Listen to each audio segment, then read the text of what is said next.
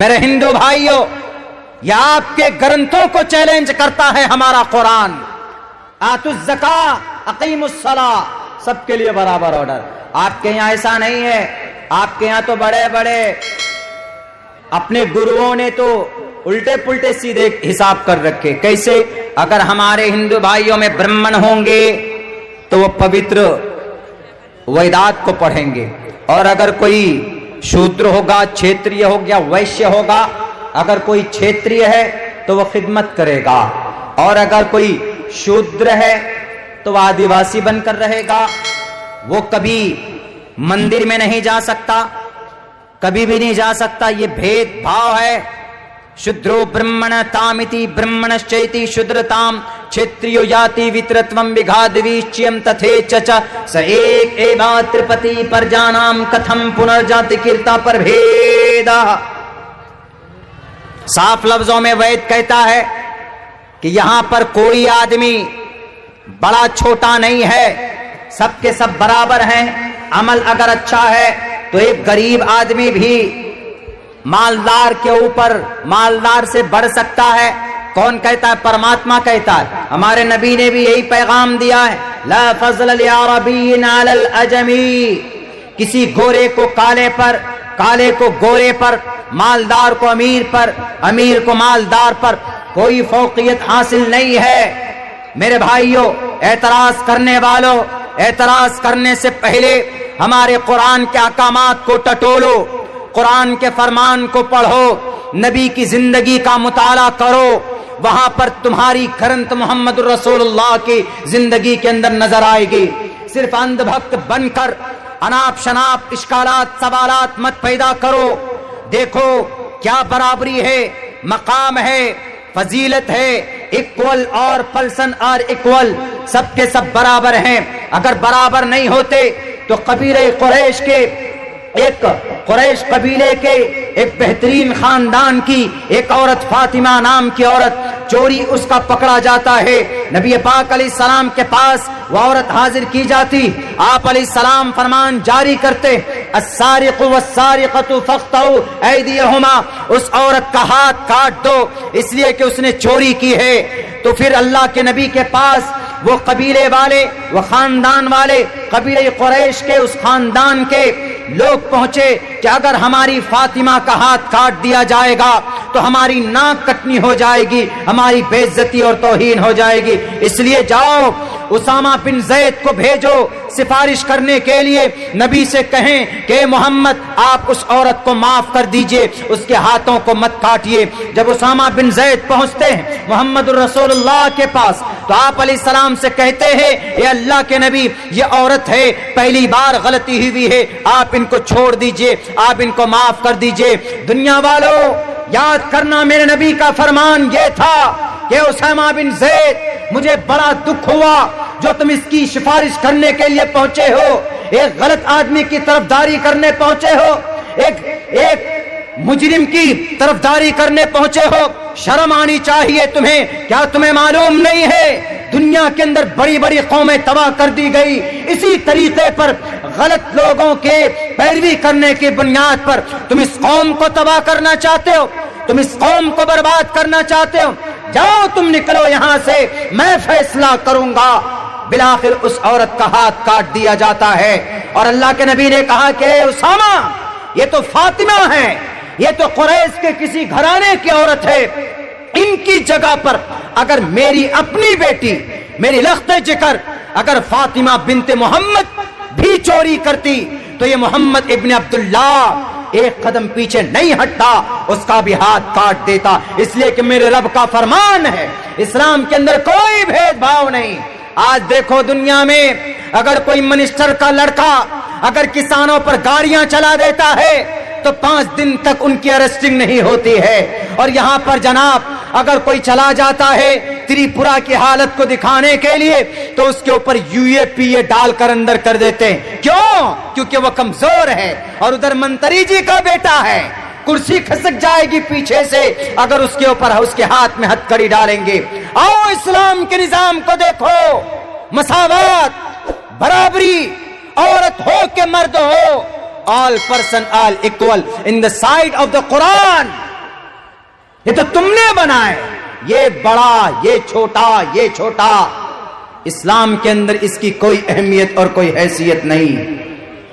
میرے بھائیو، صاف لفظوں میں کہا محمد رسول اللہ نے، میں اندھکار کو مٹانے کے لیے آیا ہوں اس دھرتی سے، اللہ تبارک و تعالیٰ نے مجھے بھیجا اس بھید بھاؤ کو ختم کرنے کے لیے اور اس نفرت کو دور کرنے کے لیے۔ اور آج اسی قرآن پر اور اسی احادیث پر اعتراض در اعتراض کر رہے ہو۔ پتہ نہیں ہے تو پڑھ کر کے دیکھو، محمد رسول اللہ کی پوری زندگی اٹھا کر کے دیکھو، صحابہ کرام پر الزام لگانے سے پہلے اس کو ٹٹولو، جرم کیا ہے، گناہ کیا ہے ان کا؟ کوئی گناہ نہیں ہے، نہیں جی الزام لگائیں گے۔ ارے اسلام کے طرح عدالت، مساوات، برابری دنیا کے اندر آج تک کسی قوم نے نہیں کیا، یہ یاد رکھنا ہوگا تمہیں، معلوم نہ ہو تو معلوم کرنا ہوگا۔ اٹھاؤ تاریخ پڑھ کر، جب ایران حضرت سعد بن ابی وقاص رضی اللہ تعالیٰ عنہ ایران کے گورنر بنے، چونکہ حضرت سعد نے ایران کو فتح کیا تھا، حضرت سعد ایران کے گورنر بنائے گئے۔ حضرت سعد نے جب دیکھا کہ میں گورنر بن چکا ہوں تو اس کے بعد انہوں نے اپنے باڈی گارڈ قائم کیے، باڈی گارڈز رکھے کہ لوگ آئیں گے تو پہلے باڈی گارڈز کو پوچھیں گے تب مجھ سے ملنے آئیں گے۔ حضرت عمر فاروق کو پتا چلتا ہے، اس وقت امیر المؤمنین، اس وقت کے خلیفہ عمر فاروق تھے۔ حضرت عمر فاروق نے کہا کہ سعد، حضرت بلال حبشی کو ایک چٹھی لکھ کر دیتے، ایک چٹھی، اس چٹھی کو دیتے کہ جاؤ سعد ابن ابی وقاص کو دے دینا۔ اور سب سے پہلے بلال، کون تھے بلال؟ کالے کلوٹے، کوئی منتری کے بیٹے نہیں تھے، کوئی سنتری کے بیٹے نہیں تھے، کوئی مکھیا ممبر کا چہیتا نہیں تھا۔ مکھیا جی آئیں گے تو لیجئے کرسی، اب مکھیا جی کے پاس بیٹھ گئے تو شان سمجھتے ہیں، اب مولانا عبداللہ کے پاس بیٹھ گئے تو سمجھتے کہ ارے کن کے پاس بیٹھ گئے، مولانا کے پاس۔ مولانا نعمت ہے، مولانا ہے تو مدرسہ ہے، مولانا رہیں گے تو مدرسے کی آپ یاری کریں گے، لازم ملزوم ہیں۔ اگر مولانا ختم ہو گئے، علماء ختم ہو گئے تو مدرسے کو کون آباد کریں گے؟ مدرسے ختم ہو جائیں گے، آپ کا قرآن ختم ہو جائے گا، آپ کا قرآن ختم ہو جائے گا، آپ کے عقیدے ختم ہو جائیں گے، آپ کا عقیدہ ختم ہو جائے گا، آپ اللہ سے بھی دور ہو جاؤ گے، آپ پھر کافر و مشرک بن کر مرو گے۔ یہ پیغام قرآن کا۔ اسی لیے دنیا دار، عہدے پاور والے کی کوئی فضیلت اور کوئی مقام اللہ کی نظر میں نہیں ہے، بلکہ اللہ کی نظر میں اگر کسی کے مقام، کسی کی فضیلت ہے تو اس کے کام کی وجہ سے۔ اس لیے بڑے خوبصورت انداز میں اس منتر میں سمجھایا، میں نے کئی جگہ کہا شودرو برہمن تامتی برہمن چیتی شودرتام چھتیو یاتی وترتوم وگھادویشیم تتھے چچا سیک ایواترپتی پرجانام کتھم پنرجا تکرتا پربھیدہ۔ صاف لفظوں میں کہا کہ ہر آدمی کو ایک ہی ایشور نے، ایک کو دیوہ، ایک ہی ایشور نے جب پیدا کیا ہے تو پھر یہاں دنیا کے اندر میں لوگ اتنے الگ الگ کیوں بٹ گئے جی؟ کیوں بٹ گئے؟ ہمارے یہاں کوئی سید ہو، قریش ہو، انصاری ہو، شیخ ہو، چودھری ہو، تیلی ہو، فلاں ہو، فلاں ہو، فلاں، سب کوئی مسجد میں جائے گا، نماز ایک قسم میں کھڑا ہو کر پڑھے گا اور سب کوئی قرآن کریم کی تلاوت کر سکتا، لیکن ہمارے ہندو بھائیوں میں نہیں۔ کہاں سے لاؤ گے اس بیماری کا علاج؟ نرسنگانند تیواری جی داسنا کے مٹھ میں بیٹھ کر تو بڑے بڑی باتیں آپ کو بولنا آتا ہے، کہاں سے لاؤ گے اس بھید بھاؤ کا علاج؟ آنا پڑے گا محمد کے دامن میں، تمہیں آنا پڑے گا قرآن کے اوراق میں، تمہیں علاج ملے گا۔ تمہیں آنا پڑے گا ابو بکر کی زندگی میں، عمر فاروق کی زندگی میں آنا پڑے گا، حضرت خالد بن ولید کی زندگی میں آنا پڑے گا۔ الزام لگانا بند کرو، پورا کا پورا بغداد، پورا کا پورا عراق، پورا کا پورا ملک شام کیسے اسلام میں آیا؟ میں نے آج تاریخ پڑھی ہے، آج، اب سے پہلے میں نے کہیں نہیں بولا، لیکن آج بولتا ہوں ڈنکے کے چوٹ پر، پورا کا پورا عراق اسلام کی اچھائی کو، برابری کو دیکھ کر کلمہ پڑھا تھا. حضرت خالد بن ولید گئے تھے, عراق کو فتح کیا تھا, وہاں کے لوکل لوگوں کو لا اینڈ آرڈر مینٹین کرنے کے لیے چھوڑ دیا جاتا ہے. اس کے بعد پھر ملک شام آتے ہیں, ملک شام کو قبضہ کیا تو ملک شام کے اندر, وہاں پر ملک شام میں پوپ تھے, پوپ اور پادری یعنی عیسائی اور یہودی کے بڑے رہنما تھے, اور وہ اس وقت کے حکمرانوں کی چاپلوسی کرتے تھے. چاپلوسی مطلب ان کی غلامی کرتے تھے.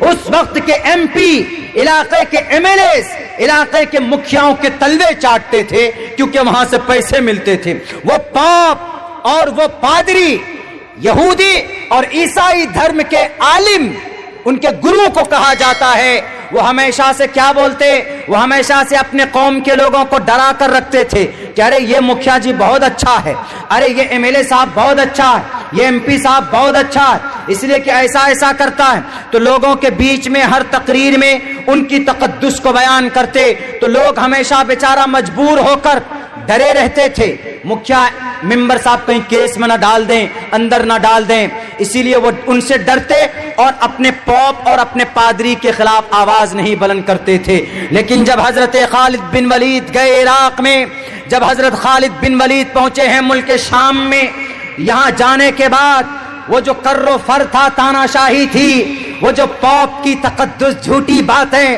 اور وہ مکھیا ممبر کا زد و کوب تھا, وہ جو تانا شاہی تھی کہ میں تمہارا رب ہوں, میں جو کہوں گا وہی ہوگا, وہ ڈرے سہمے رہتے تھے. آزادانہ زندگی نہیں تھی ان کی, ہمیشہ سے پستے ہوئے چلے آ رہے تھے.